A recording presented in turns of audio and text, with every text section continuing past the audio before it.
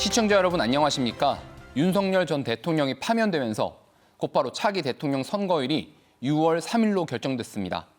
시시각각에서는 앞으로 3주에 걸쳐 각 분야의 전문가들과 함께 이번에는 꼭 실현해야 할 우리 지역의 공약을 조명하겠습니다. 오늘은 첫 순서로 대전의 수건인 대전교도소 이전 문제와 혁신도시 공공기관 이전 문제를 짚어보겠습니다. 그럼 함께 해주실 분들 소개해드립니다. 대전 미래연구원장이신 대전시 개발위원회 김만구 정책위원장 자리했습니다. 예, 안녕하세요. 김만구입니다. 대전 시민사회연구소장이신 대전대 안보융합학과 민병기 교수 나오셨습니다. 반갑습니다. 민병기입니다. 중도일보 정치행정부 김지윤 기자 자리했습니다. 안녕하세요. 김지윤 기자입니다. 대전 참여자치시민연대 김정동 정책위원장 나오셨습니다. 안녕하십니까. 네, 오는 6월 대선을 앞두고 이제 각 당에선 충청 표심을 사로잡을 수 있는 각종 공약들을 내놓을 걸로 예상이 되는데요. 먼저 그 전에 김지윤 기자가 윤석열 전 대통령, 윤석열 정부가 내세웠던 대전 지역 공약부터 간단히 좀 정리해 주시겠습니까? 예, 윤석열 정부는 당시 7대 공약 및 15대 정책 과제를 내놨는데요. 그래서 모두 말씀드리긴 조금 길고 간략하게 대표 공약들만 말씀을 드리면 제2대덕연구단지 건립과 호국보훈파크 건립, 그리고 방위사업청 완전 이전, 이 대표적인 공약들이 있고 이후에도 당선인 신분인 아닌 완전한 대통령이 됐을 때 대전을 찾아서 대전교도소 이전 등 문제에 적극적으로 지원하겠다며 약속 사업들을 좀 나열한 적이 있습니다. 그렇다면 좀 전반적으로 지난 윤석열 정부의 지역 공약에 대한 평가가 좀 어떤지 패널 분들의 의견을 좀 듣고 싶은데요. 먼저 민병기 교수님부터 좀 간략하게 평가 좀 해주시겠습니까? 뭐 시작할 때는 어느 정부나 마찬가지지만 아주 거창한 그 미래 비전을 제시를 하죠. 근데 이번 정부는 사실 임기 중단이 갑작스럽게 이루어졌기 때문에 애초에 계획했던 사업들이 안정적으로 진행되지 못하고 중간에 기획 단계에서 중단된 사례들이 굉장히 많은 것으로 이렇게 평가를 할 수가 있을 것 같습니다. 더군다나 뭐 특히 지역의 인프라 관련된 것뿐만 아니라 또 우리 지역은 또 과학도시인데 정부가 과학 기술 관련된 예산들을 대폭 삭감하면서 또 우리 지역에 또 직간접적인 많은 영향을 미치지 않았나 이런 생각을 해봅니다. 그 R&D 예산 삭감 효과가 굉장히 지역에 큰 파장을 줬고 그것으로 인한 민심 위반이 상당했던 것 같아요. 평가를 해보면. 네, 그 점 짚어주셨고요. 우리 김만구 의원님께서는 어떤 평가 내려주시겠습니까? 예, 지금 뭐 우리 김지윤 기자가 요약을 해주셨습니다만 7개 정도의 그 윤석열 대통령 공약이 있었습니다. 뭐 제가 볼 때는 한 뭐 7개에서 한 9개 정도 되는 걸로 알고 있거든요. 근데 뭐 원래 이제 짧은 기간에 이제 임기를 못 채우고 이제 기각돼서 탄핵이 되다 보니까 뭐 그 공약이 뭐 실현 가능성은 뭐 그렇게 크게 미치지 못했다고 봅니다. 그러나 그 기간 동안에 이제 우리 방위산업청 이전이라든가 이런 것들이 이제 착공 단계에 들어가서 이제 가시화됐다는 거 하나 정도는 성과를 볼 수 있지만 나머지 공약에 대해서는 이제 차기 정부가 안고 가야 할 중대한 사안이 아닌가. 또 우리 대전에 정치 쪽에서도 협치를 좀 하고 행정과 시민단체가 같이 힘을 모아서 그런 공약 사업들이 차기 정부에서도 계속 지속적으로 이루어질 수 있도록 힘을 모아야 하는 것이 바로 이제 가장 지금 우리 시민들이 거기에 역량을 좀 모아주셔야 될 것이라고 이렇게 보고 있습니다. 방위사업청 대전 이전 같은 경우는 이제 윤석열 대통령이 또 공약했던 사항이고 그 부분이 어느 정도는 성과를 좀 냈다라고 평가하시지만 앞으로의 과제도 좀 많다라는 말씀해 주셨습니다. 우리 김정동 위원장님께서는 어떻게 평가하시겠어요? 네, 앞에서도 말씀해 주신 것처럼 7개 공약 중에 실제 이제 가시적인 성과가 있거나 적어도 추진을 하고 있는 사업들은 2가지 정도로 좀 볼 수 있을 것 같습니다. 말씀하신 방위사업청 관련 그 공약과 그리고 제2대덕연구단지 2가지인데요. 실제 정부 공약 그 정책이라는 게 단기간에 이루어질 수 없는 거는 있습니다. 하지만 2년 반 가까이는 지났잖아요. 윤석열 정부가 출범하고 그럼 적어도 이 사업을 어떻게 하겠다. 그리고 이 사업을 하기 위해 무엇이 필요한지 여기 예산을 투입해서 계획도 세우고 이런 과정은 있어야 되는데 앞에서 말씀드린 2가지를 빼고는 실제 나머지에 대해서는 전혀 하지 않은, 손 놓고 있는 상황이거든요. 백지 상황이라 실제 다음 정부로 이게 이어질 수 있을까도 좀 무리수긴 합니다. 그래서 전체적으로 평가를 해보자면 7개를 기준으로 놓고 보면 70%는 안 했다는 얘기거든요. 그러면 좋은 평가를 내리긴 어려울 것 같습니다. 낙제점 수준이었다라고 봐도 될까요? 예. 우리 김지윤 기자, 언론인의 관점에서 평가도 궁금하거든요. 앞서 말씀하셨다시피 뭐 기간은 짧았으나 저는 그 기간이 짧았다는 게 면죄부가 될 수는 없다고 생각이 듭니다. 그래서 저는 지지부진했다라고 좀 평가를 하고 싶은데요. 특히나 첫 번째 공약이었던 이제 중원 신산업 벨트는 거의 유령 공약이 돼버린 상태이고 나머지들도 거의 행정 절차에 가로막히거나 이제 구체적인 로드맵조차 나오지 않아서 사실상 이루어지지 않은 게 대부분이 아닐까라고 이제 평가를 하고 싶습니다. 지지부진했다라고 네. 평가를 해주셨습니다. 지난 정부 성과도 있고 뭐 아쉬움도 더 사실 많은 것 같은데요. 워낙 또 짧았고 또 그동안 계획했던 것들을 대부분 다 못했다라고 하는 어떤 평가가 지배적인 것 같습니다. 지금부터는 앞으로 이제 조기 대선이 다가오고 있는데 대전의 주요 아젠다를 아주 집중적으로 좀 살펴보는 시간을 갖도록 하겠습니다. 우선 대전의 오랜 수건인 대전교도소 이전 문제에 대해서 좀 우리 패널분들과 함께 짚어볼 텐데요. 먼저 사전 영상 보시고 토론 이어가도록 하겠습니다.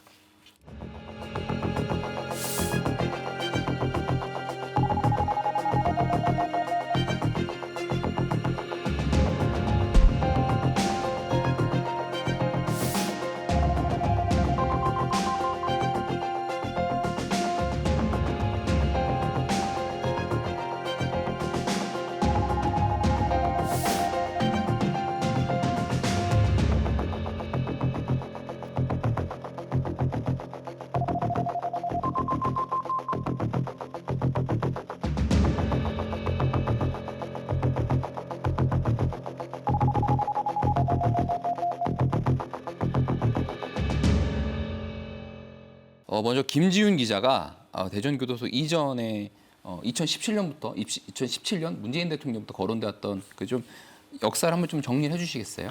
네, 대전교도소 이전은 2017년 문재인 정부 이제 국정 운영 5개년 계획에 이제 포함이 되면서 이제 이전이 본격화됐다라고는 얘긴 하지만 사실상 1997년부터 추진의 필요성이 계속 언급은 되었거든요. 그래서 대전교도소가 왜 이전이 돼야 되는지에 대해서부터 설명을 좀 드려야 될 것 같은데 대전교도소는 당시에 1984년 유성구 대정동이라는 그 비교적 도심 외곽에 포함되는 지역에 설립이 됐는데 이후에 그 서남부권이 빠르게 개발이 됐고 그리고 이제 과밀 수용과 시설 노후화 등 여러 문제가 겹치면서 이전이 필요하다라는 얘기가 나왔습니다. 실제로 이제 2016년쯤에 현재에서 그 수용자 과밀에 대해서 이제 위헌이라는 판단까지 나오면서 2017년 문재인 정부가 대전교도소 이전이 필요하다, 해야 된다라고 이제 정부의 사업으로 추진을 시작을 했습니다. 그 시설 노후화와 그 과밀 수용 문제.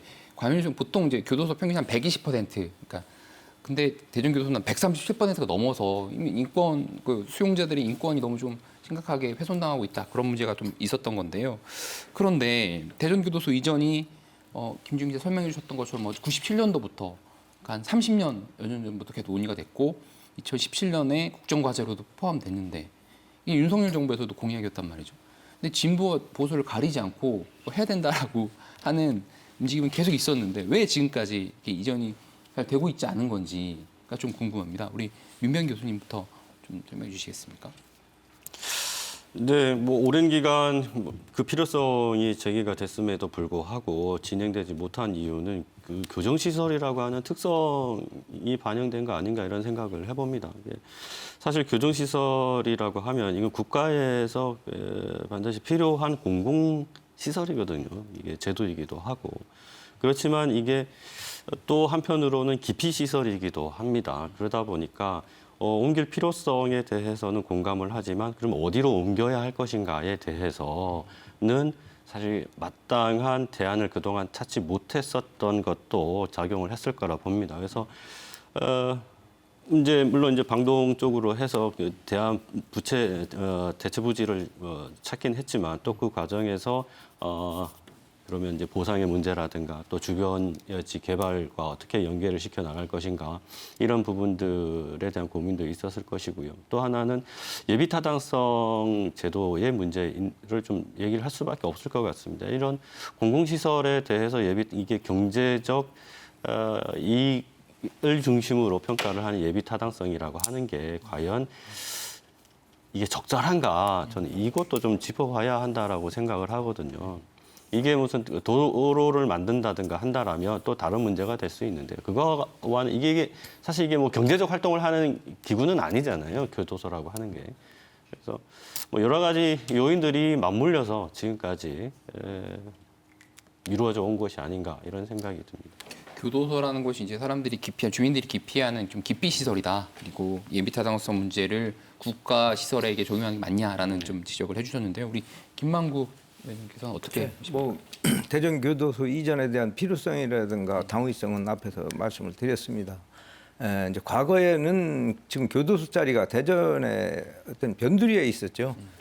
지금은 뭐 이제 대전시가 이제 광역시로 커지면서 이제 도심지로 이제 포함이 되고 또 그것이 이제 도안 신도시라고 하는 지금 그 도시 영역 안에 이제 그 핵심으로 들어가 있습니다. 그 부지가. 그러니까 당연히 도시가 이제 확장되려면 옮겨야 되고 해서 이것이 이제 지난 정부부터 이제 본격적으로 이제 교도소 이전 문제가 이제 거론되어 왔고 공약으로 계속 추진이 되어 왔었습니다. 그래서 이런 것들이 이제 우리가 10년 넘게 이제 이런 것들이 지금 제자리 걸음을 걷고 있다라고 하는 데서 시민들은 분노를 하고 행정의 정책에 대한 신뢰를 지금 불확실성에 대한 이의를 제기하고 있는 것입니다. 그래서 이제 이런 것들이 가장 지금 말씀했듯이 뭐 이제 법무부하고 LH가 이제 주관해서 이제 주로 이제 하고 거기에 대전시가 이제 어떤 청사진을 그려서 어떤 미래 전략적으로 대응을 해야 되는데 이런 것들이 상호 협력 체계가 지금 잘 안 되고 있고 또 정권이 바뀔 때마다 또 생각과 의도가 좀 약간의 다르다 보니까 그런 것들을 누가 이렇게 어떤 키를 잡고 이끌 수 있는 그 조직체가 없다고 보는 데에서 맹점이 있다고 봅니다. 그래서 더구나 이런 그 우리가 법무부나 LH에다만이 해서 뭐 이것이 우리가 예타에 뭐 적정치 못하다. 뭐 당연히 그거 하나만 봐서는 뭐 예타에 안 맞을 수가 있습니다. 지금 왜냐하면 성북동으로 이전 부지 같은 데도 이제 보상가가 많이 올라가고 하다 보니까 경제성 원리에서는 안 맞지만 이거는 그런 경제성이나 이런 거하고는 다릅니다. 이건 어떤 이 지역이 우리 3기 신도시 안에 아직 있다는 것이 또 대전시가 지금 거기다 이제 부영건설에 갖고 있는 옛 구 충남방적 부지하고 같이 해서 거기다 이제 하나의 복합 클러스터를 좀 만든다고 청사진을 좀 다 이미 마스터 플랜을 해서 가지고 있지만은 이런 것들이 이제 하나의 그 걸림돌이 돼 가지고 안 되는데 어쨌든 이런 거 부지 활용이나 이런 복합적으로 된 것을 우리가 어떻게 해결할 것인가라고 하는 지혜를 모아야 할 것이다. 결국은 행정이 그러한 장벽을 지금 넘지 못하고 있는 것이 가장 아쉬운 점입니다.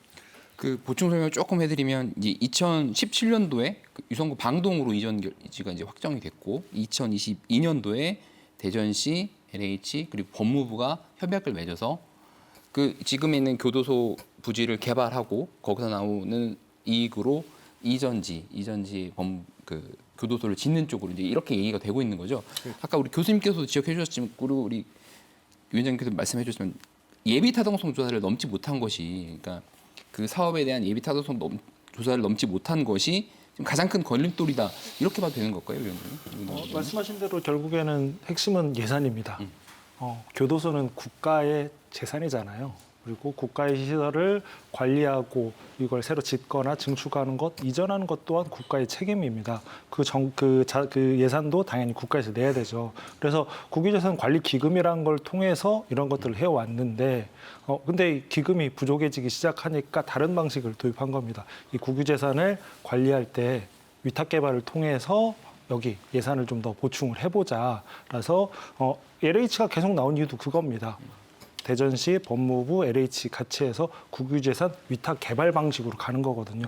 그러다 보니까 이 개발을 하기 위해서 기존 부지에 대해서 개발하고 이 수익으로 이전 비용을 마련하겠다는 건데요. 그러려면 이 이전에 필요한 비용보다 더 크거나 아니면 최소한 그걸 충당할 만큼은 개발 이익이 나와야 된다는 거죠. 그러니까 여기서부터 문제가 생기는 겁니다. 아니 처음에 분명히 교도소는 국가 재산이라고 했는데 이걸 이전하는데 왜 이익이 나오고 예비 타당성 조사가 나오지?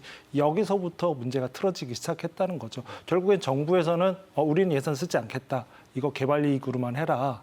그리고 이 과정에서 최대한 많은 이익을 낼 수 있도록 해라. 그 이하로 나오면 이전 안 돼. 라는 결국에는 이 예산 문제 때문에 계속 지지부진한 상황이라고 보셔야 될 것 같습니다. 그럼 이제 맹점이 결국 이제 예산 문제고 예비 타당성 조사를 넘지 못한 게 지금까지 지연되고 있는 원인이라고 한다면 말씀하신 대로 교도소가 국가 시설이고 공공적인 시설인데 그런 거에 해당되는 그 예산 예비 타당성 조사만큼은 뭐 면제 또는 넘어가줘야 되는 거 아니냐 이제 이런 얘기가 당연히 나올 수 있는 거잖아요. 근데 아직 지금 그런 게 안 되고 있는 거죠. 예, 대전시가 기재부에 좀 한번 건의를 한 적이 있는데요. 그래서 국무회의를 통해서 예타 면제 사업으로 선정이 됐으면 좋겠다. 그렇게 해달라고 수차례 사실 건의를 했는데 기재부 측에서는 대전시만의 이익이다. 대전시만의 국한된 이익이다라는 이유로 거절을 했고 그래서 그 하나의 장밋빛 희망이었던 국무회의 통과를 통한 예타 면제는 사실상 지금은 불가능한 상황입니다. 어떻게 해야 될까요? 그러면 차기 정부에서 어떻게 해야 이 문제를 해결할 수 있겠습니까?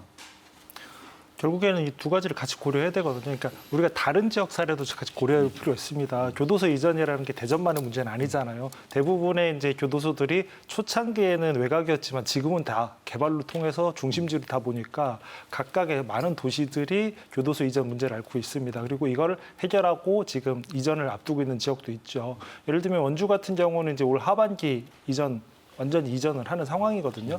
여기 같은 경우에는 1,576억 정도 예산이 들었습니다. 창원도 2,340억 정도 예산이 들고요. 대전은 뭐 그거보다 2배 되는 6천억 가까이가 들죠. 근데 이 앞에 두 개는 다 정부 예산으로 했습니다. 그러니까 원주 같은 경우에는 오히려 지금 뭐가 문제냐면 이전 부지가 남았잖아요.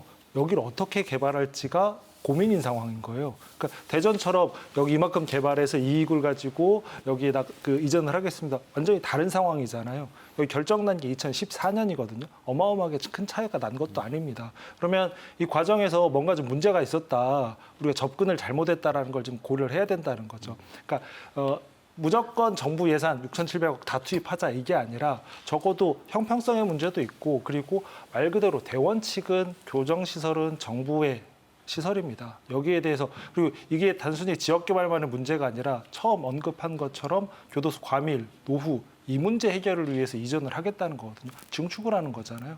그럼 그 접근을 한다면 정부 예산 투입 그리고 예비 타당성 조사를 통해서 그리고 일부 이제 개발을 통해서 비용을 처분하는 이걸 같이 혼합할 수 있는 방법도 고려를 해야 된다는 거죠. 단순히 기존에 있는 방식대로 그럼 이익을 최대한 어떻게 늘릴까 이걸로만 고민해서는 다음 정부에서도 저는 문제 풀리지 않을 거라고 봅니다.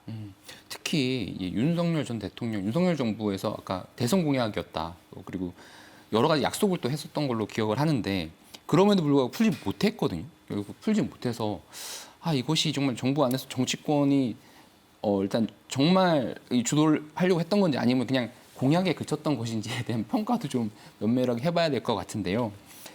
앞으로 지금 이게 계속 사업이 지연되면서 아까 우리 김만구 의원님께 말씀해 주셨지만 거기가 도안 3단계 개발 예정과 또 맞물려 있는 거 아니겠습니까? 그리고 국가산업단지, 교촌산업단지와 또 맞물려 있는 문제인데 이게 계속 지연되면 그런 부분에도 좀 후폭풍이 일어날 수 있는 거 아닌가요? 당연히 있죠. 지금 우리가 이제 거기 서남부 이제 스포츠센터가 이제 우리가 2027년 그 하계 유니버시티 데이 때문에 지금 또 착공을 했습니다. 또 이제 2단계가 지금 이제 공공주택이라든가 민간 개발로 해가지고 이제 건설이 되고 이제 나머지 보류가 3단계하고 지금 500만 평 우리가 첨단 산업단지 대전시가 지금 공약으로 해서 하는 것들이 지금 같이 물려 있거든요. 근데 그 핵심에 교도소가 있습니다. 이렇게 교도소 이전이라고 하는 건 단순히 시설, 뭐 인프라를 가지고 딸 게 아니라 이거는 법무부 산하에 아까도 우리 김영노 의원이 말씀드렸지만은 국가적인 차원에서 이전을 해야 되는 것이지 이게 어떤 지역을 위해서 이전해 준다고 이런 생각을 하면은 이것은 영 해결점을 못 찾습니다. 그래서 일단 이전 부지가 선택된 만큼 국가가 적극적으로 이전할 수 있는 그런 특별법이라든가 그런 것들을 해줘야 돼요. LH 시켜가지고 LH는 안 합니다. LH는 사업 성과가 나지 않으면 안 하는 것이거든요. 책임도 없습니다.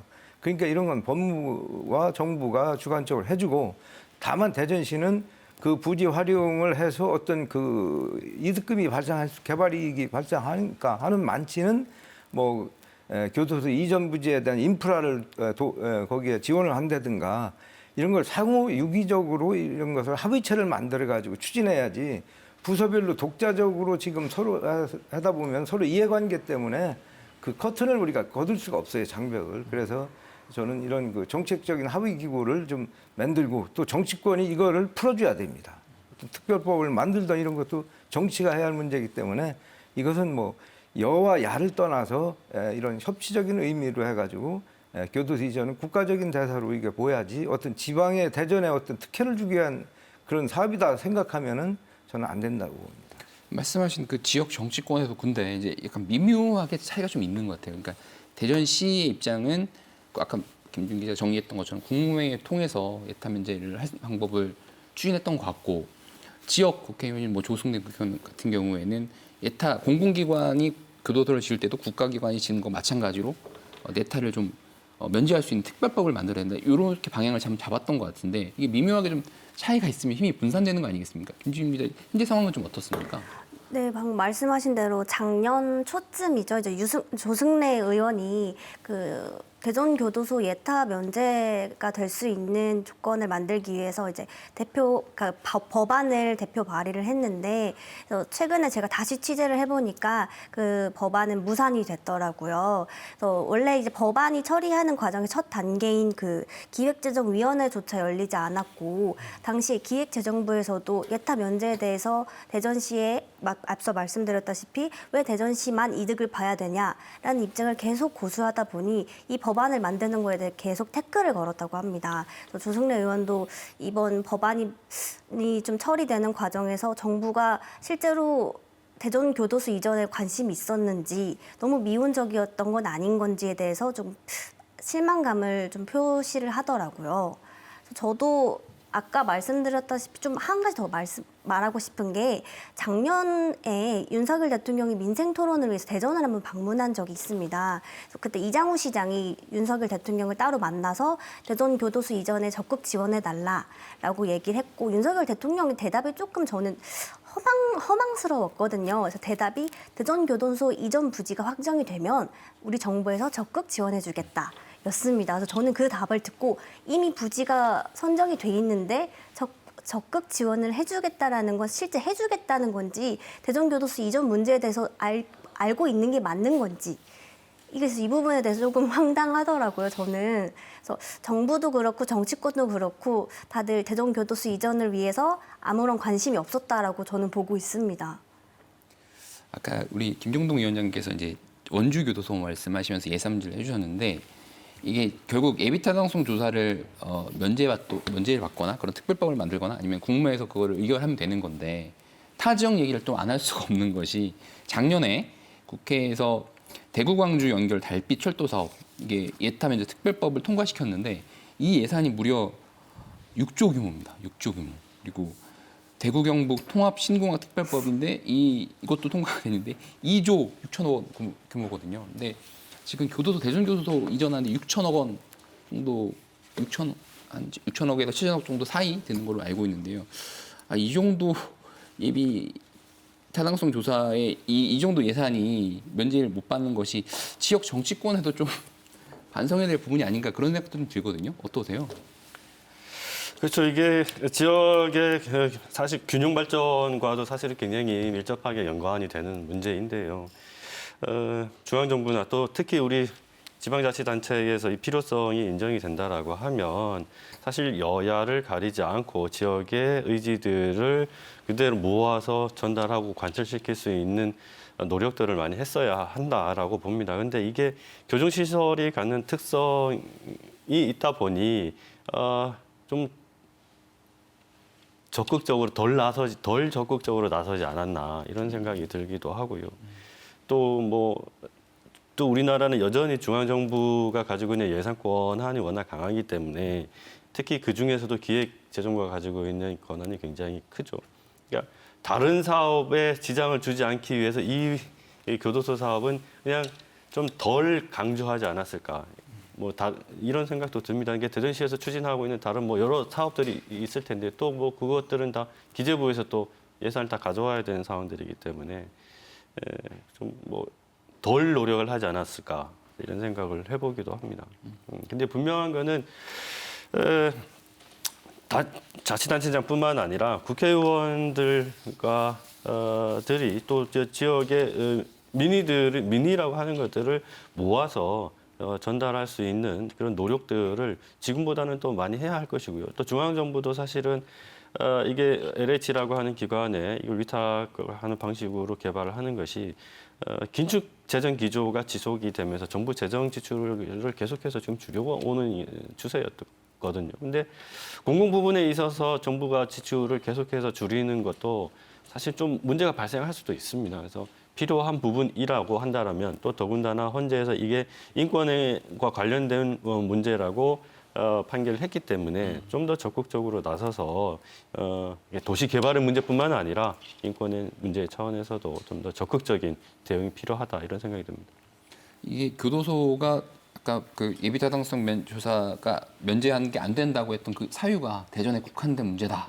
이런 게 굉장히 좀 강한 기획재정부의 논리가 지금 아직 그걸 극복을 못하고 있는 것 같은데 교도소는 국가가 책임져야 된다라는 사실 단순 명쾌한 논리인데 이것이 왜 이렇게 어려운 건지 잘 모르겠습니다. 좀 아쉬운 거는 이제 작년에 조성래 의원이 특별법 제정을 입법 발의했을 때 사실상 그 어떤 국회의원, 지역 국회의원이 그냥 어떤 국회 뭐 전문위원 통해서 입법 발의한 것보다는 대전 시민들한테 공청회도 하고 이런 결집력을 좀 만들어 가지고 같이 대응을 했어야 돼요.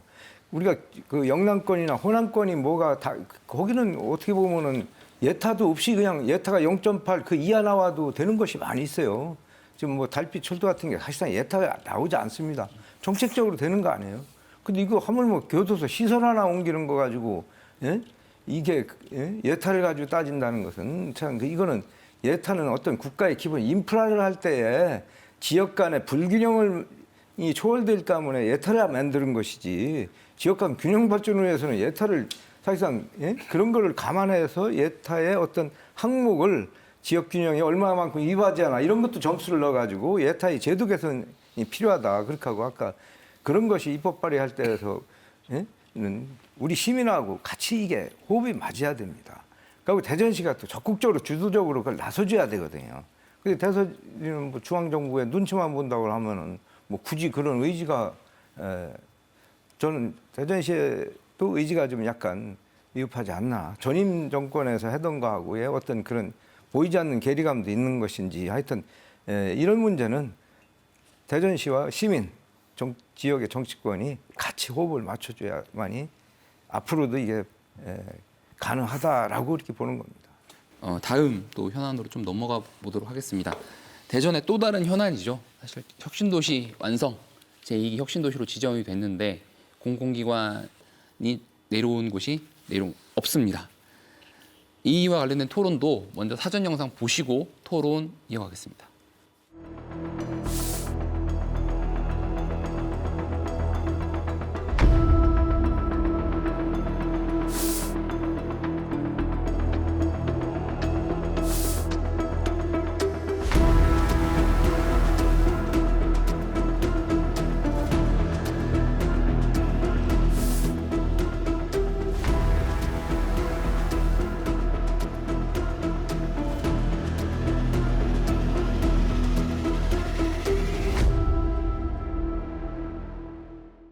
김지윤 기자, 대전시가 혁신도시에 지정된 게 2020년이죠. 네, 올해로 2020년입니다. 5년째를 맡고 있는데요.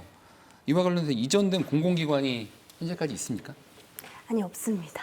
2020년 7월 이제 국가균형발전특별법에 따라서 그 대전 동구와 대덕구, 충남 내포가 이제 혁신도시로 추가 지정이 됐는데 그 이후로 지금까지 단 한 번도 이제 공공기관 이전에 대한 얘기가 나온 적은 없습니다. 이게 이제 앞서 토론했던 대전교도소 이전 문제와 좀 비슷한 것이 윤 전 대통령도 그렇고 문재인 전 대통령도 그렇고 이게 다 굉장히 중요하게 사람들의 관심을 끌어놓고 할 것처럼 하다가 결국 미뤘거든요. 그게 지금 5년이나 흘렀습니다. 그래서 대전에는 혁신도시지만 무늬만 혁신도시다. 이런 또 오명 아닌 오명을 또 쓰고 있습니다. 이런 상황 좀 어떻게 보십니까, 김만규 위원장님? 예, 맞습니다. 어쨌든 시민들께서는 지금 뭐 2기 혁신도시 발표된 지 벌써 5년이 됐습니다. 뭐 1기 때는 우리가 세종시 이제 행정복합도시 때문에 대전 충남이 혁신도시 지정이 안 됐어요. 그거에 대한 피해의식이 상당히 이제 갖고 있고, 그래도 지역의 청년들도 사실상 취업을 할 수 없는 그런 상당히 열악한 그런 환경에 있다가 이제 그 이후에 뭐 한 30% 지역에 있는 공기업에서 이제 채용하도록 정도만 지금 그렇게 하고 있지, 실제로 혁신도시가 우리 지역에 전혀 지금 뭐 정착을 못했기 때문에 시민들은 사실상 너무 이 우리 충청권이 소외받는다라고 하는 그런 그 정부 계획에 대해서는 너무 허구성에 대해서 불만을 많이 갖고 있다고 보야 되겠습니다. 그래서 특히 이제 대전 역세권은 이제 원도심 활성화의 이제 핵심이 되고, 또 연축지구 지금 개발을 하고 있습니다만, 연축지구 같은 거는 우리 북부권 미래를 좌우할 지역으로 해가지고 이곳에 이제 혁신도시를 넣겠다라고 지금 대전시에서도 상당히 이제 의지는 보이고 있는데, 과연 하나의 그거는 그 중앙정부하고의 어떤 내심을, 중앙정부 내심을 알고 하는 것인지,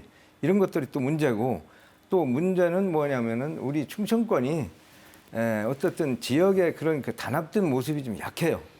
그러니까 우리가 뭐 혁신도시 호남이나 영남권, 뭐 기타 뭐 강원도권으로 거의 다 지금 분산이 돼 있잖아요. 그러면 여기 우리 수자원공사가 있고 철도공사가 있고 또 국가철도관리공단이 있고 공기업들이 여러 개 있어요. 이제 뭐잖아요, 방위산업청도 들어오고 하면은 과연 대전이 우리 방위산업의 어떤 메카로서 성장을 하려면은 그런 연관된 공기업 같은 것들을 유치를 해서 좀 구체적으로 그런 그 로드맵을 유치할 수 있는 로드맵을 만들어 가지고 좀 대전시가 그런 거를 시민들한테 공감대 형성할 수 있는 저기를 하고, 또 시민사회단체에서도 그런 걸 적극적으로 같이 시정에 협력을 해가지고 유치할 수 있는 힘을 모아야지. 또 이거 정치권만 맡겨가지고는 지금 되지 않아요. 대전에 전부 다 초선 의원들인데 중앙정부 가서 무슨 힘이 있겠어요, 지금. 그래서 저는 뭐 이건 좀 애람된 말씀입니다만, 어쨌든 이제는 우리가 그런 구태의연한 방법을 탈피해서 뭔가 도전적이고 적극적인 뭐 변화와 혁신이 중요한 것이 아니라 실질적으로 우리 대전에 맞는 그러한 하나의 그 선도적인 정책 프로젝트가 좀 형성돼야 되지 않겠는가, 그렇게 생각합니다. 시민들이 좀 더 나서야 된다, 단합된 모습 보여준다, 이런 말씀해 주셨는데요. 민 교수님, 그 무늬만 혁신도시, 이런 5년째 공공기관 이전한 기관이 제로다, 이렇게 된 근본적인 원인은 뭘까요? 글쎄요, 제가 어제 국토교통부 그 혁신도시 발전 추진단 홈페이지를 들어가서 이제 그 대전 사이트를 한번 열어봤습니다. 근데 내용이 없어요. 그 혁신도시 개발 예정 지구가 지정되면 자세한 이야기로 찾아오겠습니다라는 메시지만 떠 있고 뭐 아무것도 없다는 거죠. 그러니까 그만큼 물론 자치단체에서는 준비를 하고는 있겠습니다만은 이게 중앙정부와 어느 정도 좀 계속해서 효과적인 또 성과를 내기 위한 소통을 하고 있는지 이것도 조금 짚어봐야 할 지점인 것 같기도 하고요. 근데 사실 이게 혁신도시라고 하는 게 전국에 지금 한 150여 개 이상 있는데 2007년 이후부터 쭉 진행이 되면서 상당히 많은 그 공공기관들이 전국으로 분산이 되었죠. 근데 그 분산이 되는 과정에서 대전은 사실 뭐 큰 혜택을 보지 못한 지역임에는 분명합니다. 근데 그 이유가 이미 대전청사가 있고 또 뭐 세종시 말씀하셨습니다만은 또 그 이전에 대덕연구단지가 있어서 정부 출연 연구기관들이 지금 굉장히 많이 있죠. 그러니까 이런 이 조건이다 보니 추가로 배치하는 거에 대해서 사실은 중앙정부 차원에서도 좀 부담이 있었을 겁니다. 왜 대전 이외의 다른 지역에서 좀 요구하는 것들이 굉장히 많은데 그런 공공기관들을 배치해 나가는 데에 있어서 또 대전에 또 더 주게 되면 야 거기는 이미 있는데 뭘 또 더 주냐 이런 반발들도 사실은 있었거든요, 실제로. 네, 그래서 이제 유치하지 못한 것도 있고, 그나마 이제 방사청이 들어온 거는 이제 굉장히 큰 성과이다 이렇게 볼 수가 있을 것 같습니다. 근데 더 큰 문제는 지금 대전이 도시 개발을 향해 가는 과정에서 계속 이제 서쪽으로만 발전을 해 나가고 있는데요. 그나마 이제 그 대전 내부에서 우리가 이야기할 수 있는 공공기관이나 또 준공공기관의 성격을 가지는 기관들이 또 다 서구 유성 도안 쪽으로만 또 몰려갑니다. 동구나 중구 또 대덕구 같은 경우에는 인프라가 부족하다 보니까 이전 대상 기관들조차도 기피하는 거죠.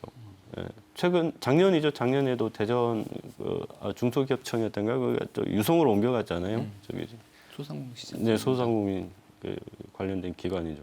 그러니까 인프라가 부족하니 이 인프라를 찾아서 계속 가는 거예요. 그러니까 그렇게 되면 대전시에서도 지역 내의 균형 발전과 관련된 장기 프로젝트를 다시 재조정을 하고 또 도심 융합 특구라고 하는 또 대전 역세권 개발과 맞물려서 좀 조정을 좀 내부에서도 다시 한번 해볼 필요가 있지 않을까 이런 생각을 해봅니다. 공공기관 이전이 지금 지연되고 있는 그 배경에 대해서 좀 설명을 해주셨는데요. 김정동 위원장님, 그 정부에서는 1차 공공기관 이전에 대한 평가가 아직 마무리되지 않았고 또 2차 공공기관 이전에 대한 각 지자체의 유치 경쟁이 워낙 뜨거워서 좀 미루고 있다. 뭐 이런 얘기를 좀 하는데요. 실제로 공공기관 이전을 좀 이끌어내려면 앞으로 좀 어떤 노력이 좀 필요하겠습니까? 실제로 뭐 혁신도시, 뭐 공공기관 이전 이걸 하는 거는 지역 균형 발전이라는 대전제 하에서 하는 거잖아요. 근데 저는 이 대전제가 계속 흔들리고 있어서 지지부진하다고 보거든요. 무슨 얘기냐면 어떤 때는 국가 균형 발전, 지역 균형 발전 하다가 지난 정부에서도 지방 균형 발전 이런 형태로 이름이 바뀌었거든요. 이게 비슷한 것 같지만 명확히 다른 게 지역 균형 발전은 국가 전체에 대한 균형 발전이라면 지방 균형 발전은 수도권 빼고 나머지 지방들끼리 균형 발전할 수 있도록 하자. 완전히 다른 얘기잖아요. 지역이 균형 발전하려면 지금 수도권으로 과밀화된 다양한 자원들을 분산하자라는 의미인 거잖아요. 거기에 공공기관도 포함된 거고. 근데 지금 수도권이 워낙 과밀화되고 거기에 표도 많고 하다 보니 여기 눈치를 보는 상황에서 적당한 것들만 분산시켜서 일정 정도만 하다 보니 할 수 있는 게 얼마가 남은 게 없는 거예요, 실제로.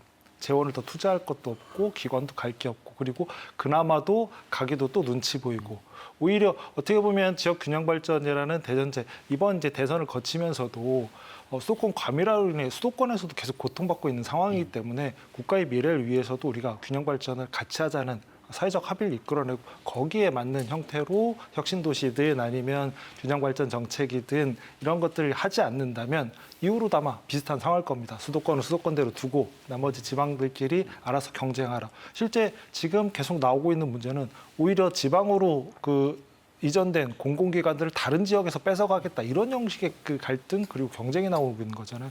이거는 원래의 취지랑 전혀 맞지 않는 상황입니다. 그렇기 때문에 이번 이제 새롭게 들어올 정부에서도 이 부분에 대해서 명확히 사회적 합의와 그에 걸맞는 정책을 하지 않는다면 혁신도시가 됐든 공공기관 이전이 됐든 어느 이름을 붙이더라도 아무 의미가 없을 거라고 생각을 합니다. 그러니까 지방 균형 발전이 아니라 지역 균형 발전, 그렇죠. 원래의 취지대로 갈 수 있게 이런 것들 자꾸 이제 의제화하고 차기 이제 조기 대선 국면에서 이런 부분들이 좀 부상할 수 있도록 하는 것이 사실 우리 언론의 또 역할이기도 할 것 같거든요.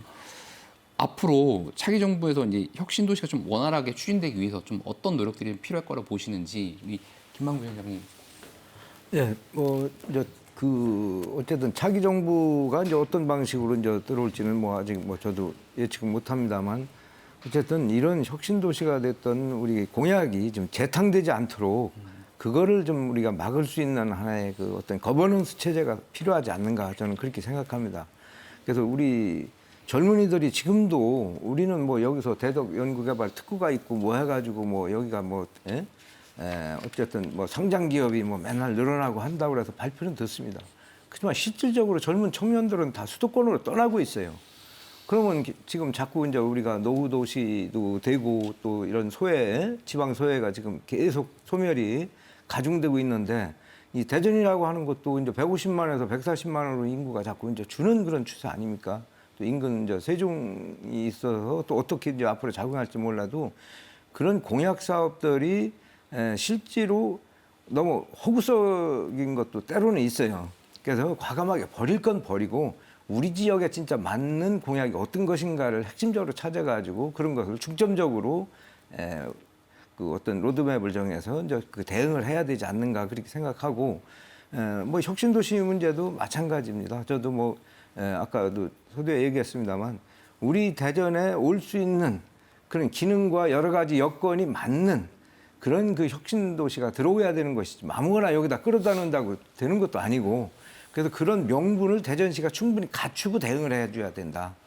그래서 여기에 청년들 일자리도 만들고 그 혁신도시가 오면 그 사람들이 정주할 수 있는 여건도 만들어주고 이런 것이 같이 조화롭게 어우러주고 혁신도시를 유치해야지 그냥 갖다 놓고 나중에 그거에 대한 것은 우리가 뒤따라간다라고 하면은 그 어느 정부 딴 도시는 이미 그런 거를까지 플랜을 해가지고 대응하는데 우리가 거기서 이길 수가 있겠어요. 그래서 그런 것을 하나 하면은 이거는 이제 정치적인 걸 떠나서 진정한 대전시의 어떤 그 정책이 무엇인가라고 하는 정책에 대한 주체성을 확실히 갖고 시민들 공감대를 형성하고 같이 이런 어우리는 그런 하나의 협의체가 또 필요하다.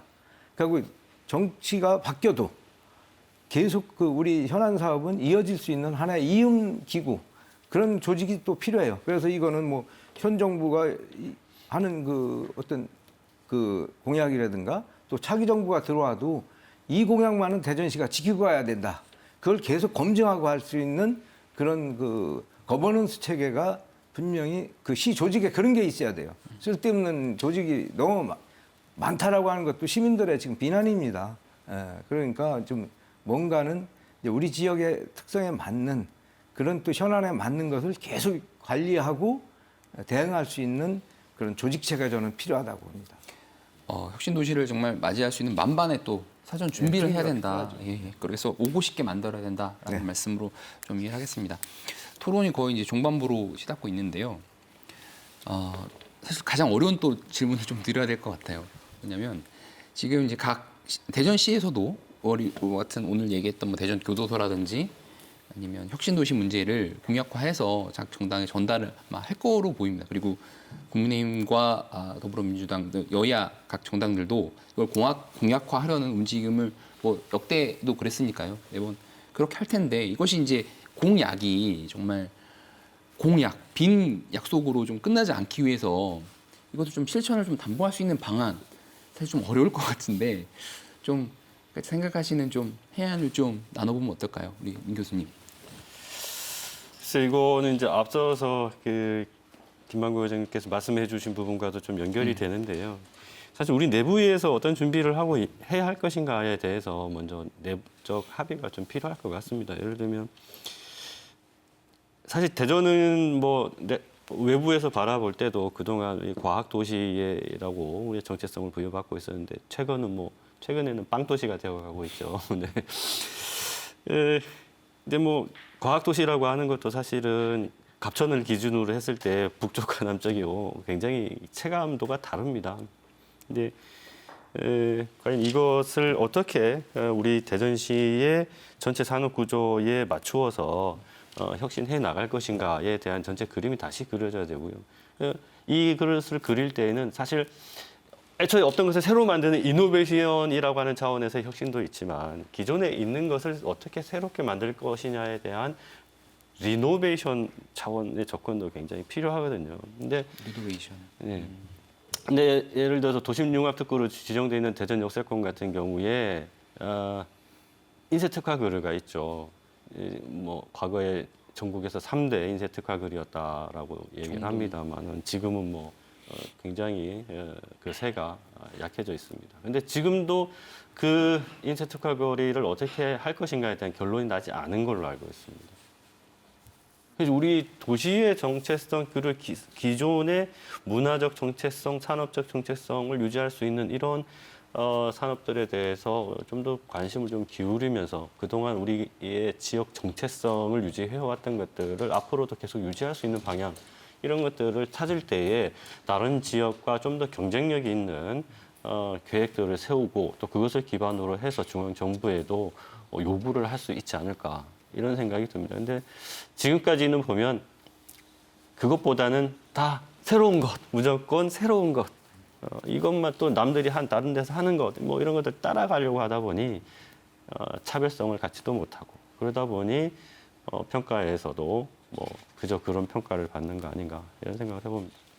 우리 스스로를 좀 다시 한번 돌아보고 이노베이션도 좋지만 리노베이션을 한번 할 수 있는 방안을 찾아보자는 말씀해 주셨습니다. 김지윤 기자는 좀 어떤 생각 갖고 계세요? 저는 이렇게 정치행정부 기자로서 이제 생각을 했을 때 제가 뭐 단순히 말씀을 드릴 수 있는 거는 일단은 지선을 포함해서 대선, 총선 지금까지 선거 기간 동안 그 많은 후보들은 그러니까 이전에 해왔던 다른 후보 혹은 다른 당선자들의 공약들이 왜 실천이 안 됐는지에 대해서만 계속 비판을 해오는 네거티브 전략을 해왔습니다. 저는 이제 그걸 봐오면서 너무 피로감이 들었고 실제로 다른 후보가 왜 대전교도소 이전을 완성하지 못했냐라고 비판해서 내가 하겠다라고 공약을 내건 당선자들 중에 이거를 완성시킨 사람은 한 명도 없잖아요. 그래서 이번에는 그거 좀 네거티브 전략을 좀 내려놓고 그간 왜 못했는지에 대해서 지금 진보 보수 나누지 말고 둘 다 잘못은 맞잖아요. 그래서 이제 반성을 먼저 하고 실제로 어떻게 이걸 해결해 나갈지에 대한 정확한 로드맵을 먼저 좀 제시를 해줬으면 좋겠습니다. 잘못된 부분 먼저 고쳐나가는 공약을 좀 만들었으면 좋겠습니다. 저는. 선거가 어떤 네거티브가 아니라 정책 선거가 돼야 된다. 네네. 거기서부터 출발해야 된다라는 좋은 말씀 해주셨고요. 우리 김종동 위원장님. 그동안 이제 그 상황을 보면 각 지역에서 그 7개에서 10개 정도 뭐 사업들을 제안을 하고 그걸 쭉 나열하는 형태로 그 대선 공약이 만들어져 왔잖아요. 그러다 보니 그걸 다 합치면 감당할 예산이 없죠, 당연히. 그러다 보니 대부분은 이제 사라지고 과정에서 이거 예비타당성 조사 때문에 안 되고 뭐 법적 절차 때문에 안 되고 이런 형식으로 자연스럽게 사라졌잖아요. 근데 그것들을 어떻게 해소할 것인가? 1차적으로는 이렇게 문병기 교수님께서 말씀하신 대로 우리 내부에서 뭘 하면 좋을지에 대한 고민도 필요하지만 그러면 그런 것들을 이제 다음 정부를 준비하는 입장에서는 어떻게 할 것인가를 그걸부터 정확히 정리를 해야 된다고 생각을 하거든요. 그러니까 선거는 현실이라 어쨌든 표를 얻기 위해서는 다 일정 정도 나열할 수밖에 없는 현실도 인정을 하지만 그 과정에서도 실제 이제 다음 정부를 운영함에 있어서 어떤 방식으로 지역의 이해와 요구를 조정하고 받아들이겠다라는 것들은 적어도 정확히 정리를 좀 해놔야 된다고 생각을 해요. 여기 공약해놓은 것만 전부가 아니라 실제 요구들 그리고 그것들을 전국적으로 같이 조정하는 과정들을 어떻게 만들어나겠다 이런 것들을 제대로 공약으로서 넣는 것이 정말 중요하다고 보여집니다. 공약을 좀 남발하지 말고 정말 취사 선택을 잘해서 적재적소에 할 수 있는 것들 위주로 좀 약속을 해야 된다는 말씀해 주셨고요. 김만구 위원장님 짧게. 네. 예, 하여튼 뭐 지금 앞에서 다 좋은 말씀 하셨습니다. 이제 공약이 헛된 그 구호로 끝나지 않도록 해야 되고 또 뭔가 대전시에 실질적이고 가능성 있는 공약이 되어야 합니다. 그런 것을 공약을 좀 철저하게 우리가 좀 검증을 좀 해서 차기 뭐 대선이 됐던 또 내년에 있는 뭐 총선이 됐던 진짜 대전을 사랑하고 진짜 대전을 헌신할 수 있는 그런 하나의 리더들이 이제 앞으로는 나와야 된다. 어떤 정치만 가지고 모든 것을 정책을 다 할 수는 없다고 봅니다. 정치와 행정, 어떤 시민에 대한 그런 거버넌스 체제 이런 것들이 같이 서로가 조화롭게 이렇게 합치가 되고 협치가 되고 함으로써 지역 발전할 수 있다. 단편적으로 하는 가지만 이렇게 지금 우리는 대전시가 가장 장점에서 단점이 지금 정부 청사가 세종에 다 있어요. 예? 중앙정부가 세종에 있는 거나 대통령만 하고 그렇게 많은 곳이 다 있지 않습니까? 근데 실제로 여기서 10분, 20분 거리에 있는데도 실제로 정책이 대전시에 스며드는 게 하나도 없어요. 흔히 뭐 지금 정부 청사에서 세종 간에 뭐 CTX를 놓는다고 지금 또 발표를 합니다. CTX가 지금 뭐 어느 점에서 필요합니까? 지하철 1호선을 안산에서부터 세종까지 연장을 해요. 예? 그건 어디까지나 대전시와 정부예요. 중앙정부 기관이 있으니까. 그럼 국가 사업비로 그런 거 돈 많이 안 듭니다. 그건 부지도 여유롭고 하기 때문에 그런 거 먼저 하나 이뤄놓고 뭐 담을 해야지. 그런 인프라도 예? 그렇고 무슨 뭐 그냥 너무 환상적인 게 되다 보니까 안 돼요. 우리 국방 그 안산 산업단지도 지금 몇 년째입니까?